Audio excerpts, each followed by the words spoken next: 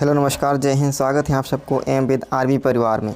कैसे दोस्तों, उम्मीद है आप सब बहुत अच्छे होंगे, बहुत अच्छी तैयारी चल रही होगी। आज इस वीडियो में बायोलॉजी के टॉप प्रश्नों को डिस्कस करेंगे। मैंने सारे प्रश्न अच्छे लेवल के लिए हैं। सभी प्रश्न किसी ना किसी एग्ज़ाम में आए हुए प्रश्न होंगे। तो वीडियो शुरू करने से पहले यदि आप चैनल पर नए हो तो चैनल को जरूर सब्सक्राइब करिएगा। शुरू करते हैं आज का वीडियो। आज का पहला क्वेश्चन है, जीव विज्ञान का जनक किसे माना जाता है? लेमार्क को, अरस्तु को, कैरोलस, लिनियस को या मेंडल को? तो जीव विज्ञान का जनक किसे माना जाता है? तो यहाँ पे ऑप्शन बी सही हो जाएगा। अरस्तु को जीव विज्ञान का जनक कहा जाता है। बायोलॉजी शब्द का प्रयोग सबसे पहले किसने किया था? तो बायोलॉजी शब्द का प्रयोग 1801 ईस्वी में सबसे पहले किसने किया था? लेमार्क और ट्रेविनस ने। लेमार्क और ट्रेविनस ने किया था। लेमार्क कहाँ के थे? तो ये फ्रांस के थे, फ्रांस के। और ट्रेविनस कहाँ के थे? तो ये जर्मनी के वैज्ञानिक थे। कहाँ के? जर्मनी के वैज्ञानिक थे। तो बायोलॉजी शब्द का प्रयोग पूछेगा। बायोलॉजी शब्द का प्रयोग सबसे पहले किसने किया था? तो 1801 ईस्वी में लेमार्क और ट्रेविनियस ने किया था। जीव विज्ञान का जनक किसे कहा जाता है? तो जीव विज्ञान का जनक अरस्तु को कहा जाता है। चलेंगे अगले क्वेश्चन पे। अगला क्वेश्चन है, वनस्पति विज्ञान का जनक किसे कहा जाता है? वनस्पति विज्ञान का जनक लेमार्क को, लिनियस को, थियोफ्रैक्टस को या अरस्तु को? तो वनस्पति विज्ञान का जनक किसे कहा जाता है? तो इसके लिए ऑप्शन सी सही हो जाएगा, थियोफ्रैक्टस को। थियोफ्रैक्टस को वनस्पति विज्ञान का जनक कहा जाता है। चलेंगे अगले क्वेश्चन पे। अगला क्वेश्चन है, आधुनिक वर्गीकरण का पिता किसे माना जाता है? मेंडल को, लेमार्क को, लेरोनकिलियस को, इनमें से कोई नहीं। तो आधुनिक वर्गीकरण का पिता किसे माना जाता है? तो यहाँ पे ऑप्शन सी सही हो जाएगा, कैरोलस लिनियस को। किसे माना जाता है? कैरोलस लिनियस को। इन्होंने 1753 ईस्वी में जीवों के नामकरण की द्विनाम पद्धति को प्रचलित किया था। किस पद्धति को? द्विनाम पद्धति को। द्विनाम पद्धति को किसने प्रचलित किया था? तो लिनियस ने। कब किया था? तो 1753 ईस्वी में। 1753 ईस्वी में। तो आधुनिक वर्गीकरण का पिता किसे माना जाता है? तो ऑप्शन सी सही होगा। अगला क्वेश्चन है, अनुवांशिकी का जनक किसे माना जाता है? लिनियस को, ट्रेविनस को, थियोफ्रैक्टस को या मेंडल को? तो अनुवांशिकी का जनक किसे कहा जाता है? तो ये कहा जाता है ऑप्शन डी, मेंडल को। किसे कहा जाएगा? मेंडल को। लीनियस का जनक किसे? लीनियर कौन थे? तो ये वर्गीकरण का जनक। कौन थे? तो ये वर्गीकरण का जनक। वर्गीकरण का जनक किसे कहा जाता है? तो लीनियस को कहा जाता है। ट्रेवियस ये क्या थे? ये बायोलॉजी शब्द का सबसे पहले प्रयोग किया था। कौन? ट्रेवियस ने बायोलॉजी शब्द का सबसे पहले प्रयोग किया था, ट्रेवियस और लेमार्क मिलकर के। और थियोफ्रैक्टस को वनस्पति विज्ञान का जनक कहा जाता है। थियोफ्रैक्टस को वनस्पति विज्ञान का जनक कहा जाता है। तो यहाँ पे ऑप्शन डी सही हो जाएगा, अनुवांशिकी का जनक मेंडल को माना जाता है। अगला क्वेश्चन है, सेरोलॉजी का अध्ययन है। सेरोलॉजी में किसका अध्ययन किया जाता है? मच्छर का, सांप का, छिपकली का या मधुमक्खी का? तो सेरोलॉजी में किसका अध्ययन किया जाता है? तो यहाँ पे ऑप्शन सी सही हो जाएगा, छिपकली का। छिपकली का अध्ययन सेरोलॉजी कहलाता है। अगला क्वेश्चन है, क्वेश्चन नंबर 6, पक्षियों का अध्ययन किया जाता है एंटोमोलॉजी में, एपियोलॉजी में, सायरोलॉजी में या ऑर्निथोलॉजी में? तो पक्षियों का अध्ययन ऑप्शन डी सही हो जाएगा, ऑर्निथोलॉजी में पक्षियों का अध्ययन किया जाता है। चलेंगे अगले क्वेश्चन पे। अगला क्वेश्चन है, ऑन्कोलॉजी किस बीमारी के उपचार से जुड़ा है? ऑन्कोलॉजी मधुमेह से, कैंसर, अस्थि या सभी?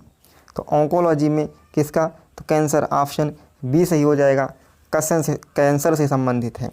चलेंगे अगले क्वेश्चन पे। अगला क्वेश्चन है, सेरीकल्चर किससे संबंधित है?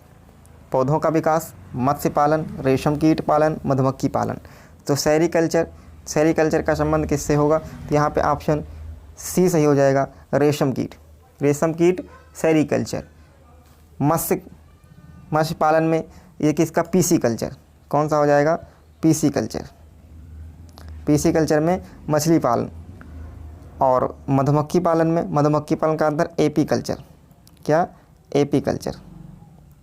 एपीकल्चर में मधुमक्खी, पीसीकल्चर मत्स्य और सेरीकल्चर में रेशम कीट पालन। यहाँ पे ऑप्शन सी सही हो जाएगा। अगला क्वेश्चन है, माइकोलॉजी में किसका अध्ययन किया जाता है? कोशिकाओं का, विषाणु का, जीवाणु का या कवक का? तो माइकोलॉजी में किसका अध्ययन किया जाता है? तो यहाँ पे ऑप्शन डी सही हो जाएगा, कवक, कवकों का अध्ययन माइकोलॉजी। और साइटोलॉजी में कोशिकाओं का अध्ययन किया जाता है। चलेंगे अगले क्वेश्चन पे। जंतु विज्ञान अध्ययन करता है केवल जीवित जानवरों का, केवल जीवित वनस्पति का, जीवित व मृत दोनों जानवरों का, जीवित व मृत दोनों वनस्पतियों का? तो जंतु विज्ञान किसका अध्ययन करता है? तो यहाँ पे ऑप्शन सी सही हो जाएगा, जीवित व मृत दोनों जानवरों का अध्ययन किया जाता है जंतु विज्ञान के अंतर्गत। अगला क्वेश्चन है,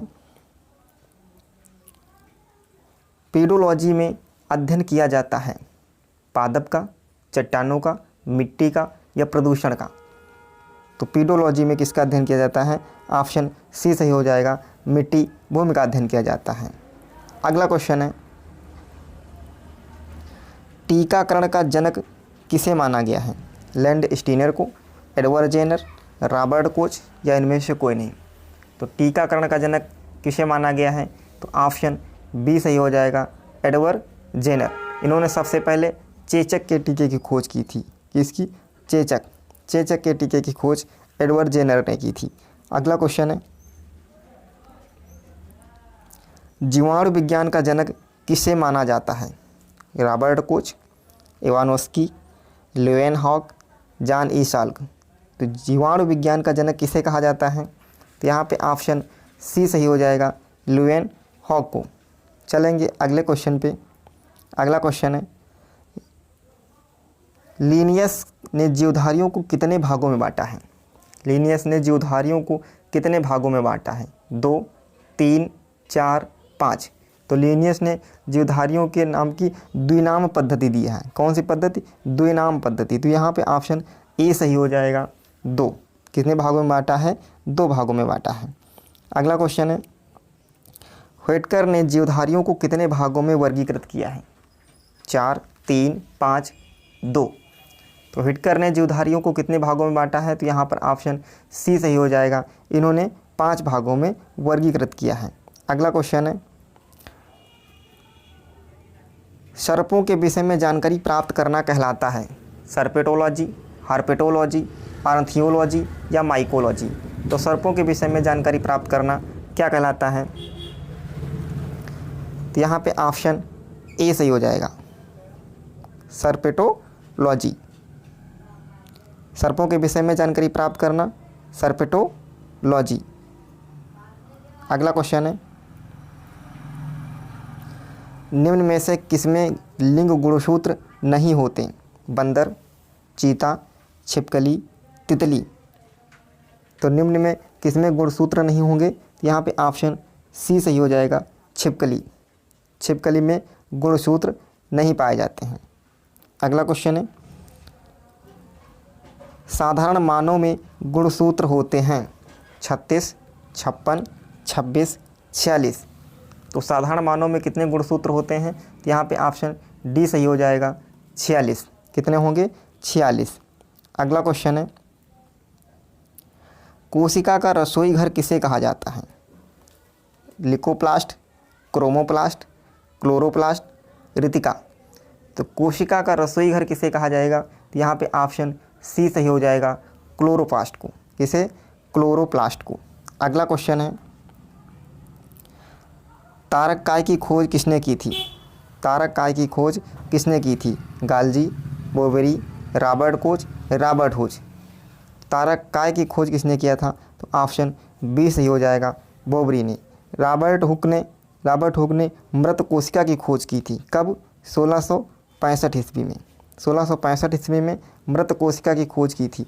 और जीवित कोशिका की खोज किसने किया था? तो इन्होंने किया था ल्यूएनहॉक ने। किसने किया था? ल्यूएनहॉक ने। ल्यूएनहॉक ने जीवित कोशिका की खोज की थी। मृत कोशिका की खोज रॉबर्ट हुक ने की थी। कब की थी? 1665 ईस्वी में। तो कैसा लगा आज का सेशन? कमेंट बॉक्स में ज़रूर बताइएगा। चैनल पर नए हो तो चैनल को ज़रूर सब्सक्राइब करिएगा। मिलते हैं अगले वीडियो में, तब तक के लिए धन्यवाद।